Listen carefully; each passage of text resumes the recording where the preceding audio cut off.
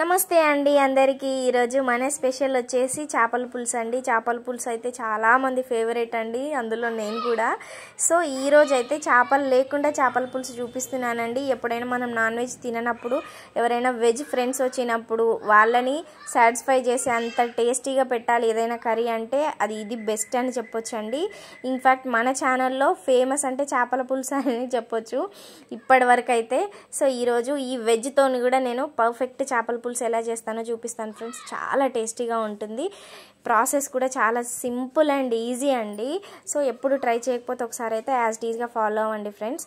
ఇప్పుడైతే ప్రాసెస్ చూద్దాము. నేనైతే ఇక్కడ గ్రేవీ కోసం 2 మీడియం సైజ్ ఆనియన్స్ తీసుకొని వీలైనంత సన్నగా అయితే చేసుకుంటున్నానండి. మీరు ఇలా వద్దు అనుకుంటే మీరు ప్యూరీ అయినా చేసేసుకోవచ్చు, ప్రాబ్లం ఏం లేదు.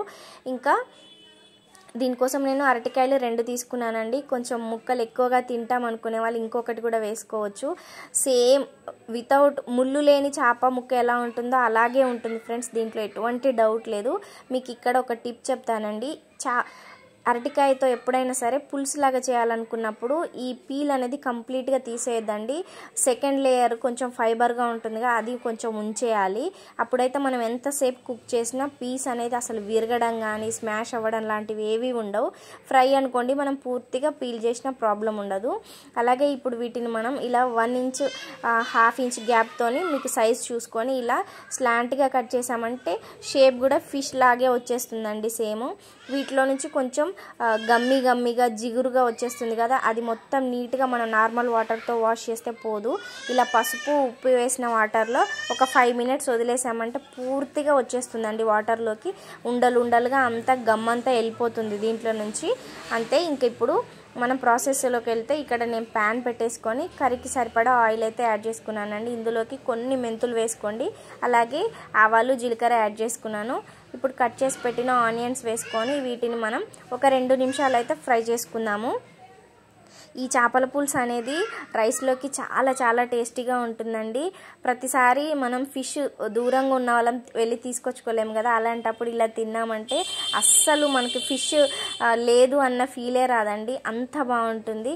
ఎప్పుడైనా మనం ఫెస్టివల్స్ అప్పుడు వేరే కార్తీక మాసం అలాంటప్పుడు నాన్ వెజ్ తిననప్పుడు కూడా ఇలా చేసుకున్నామంటే హ్యాపీగా తినేయచ్చు. ఇప్పుడు ఇందులోకి పసుపు అలాగే సాల్ట్ అల్లం వెల్లుల్లి పేస్ట్ వేసుకున్నాను కదా, ఇది కాస్త ఫ్రై అయిన తర్వాత ఇందులోకి నేను ధనియా పౌడర్ అలాగే కొంచెం గరం మసాలా వేసుకున్నానండి. సో ఇది 1 నిమిషం ఫ్రై చేసుకున్న తర్వాత ఇందులోకి కట్ చేసి పెట్టుకున్న గ్రీన్ చిల్లీ అలాగే మన పులుసుకి సరిపడా కారం కూడా యాడ్ చేసుకోండి. ఈ కారం ఎక్కువ ఫ్రై చేయాల్సిన అవసరం లేదండి, ఇది మాడిపోతే మళ్ళీ ఫ్లేవర్ అంతా డిఫరెంట్ అయిపోతుంది కాబట్టి జస్ట్ అలా ఆయిల్లో మిక్స్ అయితే సరిపోతుంది. ఇంక ఇప్పుడు మనం చింతపండు పులుసు ఏదైతే నానబెట్టి గుజ్జు తీసుకున్నామో అదంతా యాడ్ చేసుకోవాలండి. నార్మల్ చేపల పులుసు కంటే మనకి ఇందులో చింతపండు అనేది కాస్త తక్కువే పడుతుందండి. ఈ అరటికాయలలో ఎక్కువ చింతపండు వేసామంటే మళ్ళీ పులుపు అంత టేస్టీగా అనిపించదు, చాలా బ్యాలెన్స్డ్గా చూసుకోవాలి కాబట్టి చింతపులుసు వీలైతే కొంచెం తక్కువే వేయడానికి ట్రై చేయండి. ఇప్పుడు పులుసుని మనం ఒక 2-3 నిమిషాలు ఫస్ట్ మరిగించుకోవాలి కాస్త థిక్ అవ్వడానికి. సో ఇప్పుడు ఈ ముక్కలన్నిటిని మనం ఈ గమ్మంతా వెళ్ళిపోయిన తర్వాత నార్మల్ వాటర్లో వాష్ చేసుకొని ఇలా మరుగుతున్న పులుసులోకి అయితే యాడ్ చేసుకుంటామండి. ఇలా నీట్గా క్లీన్ చేసుకున్నామంటే అసలు ఎక్కడ వగరు కూడా రాదండి పీస్ అనేది. ఇలా మనం ఇప్పుడు పులుసు మనకి ఎంత తిక్కుగా కావాలో అంతసేపు మరిగిస్తాం కదా, సేమ్ ఇవి చేపల్లాగానే అస్సలు విరిగిపోకుండా ఉంటాయండి. ఈ కొంచెం అవుటర్ లేయర్ అనేది ఎక్కువగా ఉంచుకోవడం వల్ల అదొక మంచి టిప్ అండి, ఈసారి ట్రై చేయండి. ఇప్పుడు ఇందులోకి హాఫ్ పులుసు అంతా దగ్గర అయిన తర్వాత నేను కొంచెం మెంతిపిండి అయితే వేసుకుంటున్నాను. ఇంకా కన్సిస్టెన్సీ కొంచెం థిక్ అవ్వడానికి కాస్త శనగపిండి వాటర్లో కలిపి వేసుకుంటున్నానండి. మీరు ఇక్కడ కావాలంటే ఫ్రెష్ క్రీమ్ ఉంటే వేయండి, ఇంకా అల్టిమేట్ ఉంటుంది రెసిపీ. నా దగ్గర లేదు కాబట్టి నేను శనగపిండి వేసాను అంతే. చూసారా ఎంత పర్ఫెక్ట్గా కావాల్సినంత థిక్నెస్తోని సూపర్ ఉంది కదా. ఈ పులుసు మనం వేడిగా సర్వ్ చేసుకోవాలండి. చేపల పులుసులాగా చల్లగా అయితే తినకూడదు, అస్సలు బాగుండదు పీసెస్. వేడిగా అన్నంలో తిన్నామంటే అసలు చేపల పులుసు మర్చిపోయేంత టేస్టీగా అనిపిస్తుంది. ఒకసారి ట్రై చేయండి, నచ్చిందా? తప్పకుండా ట్రై చేసి మీకు ఎలా కుదిరిందో కామెంట్ చేయండి. బాయ్.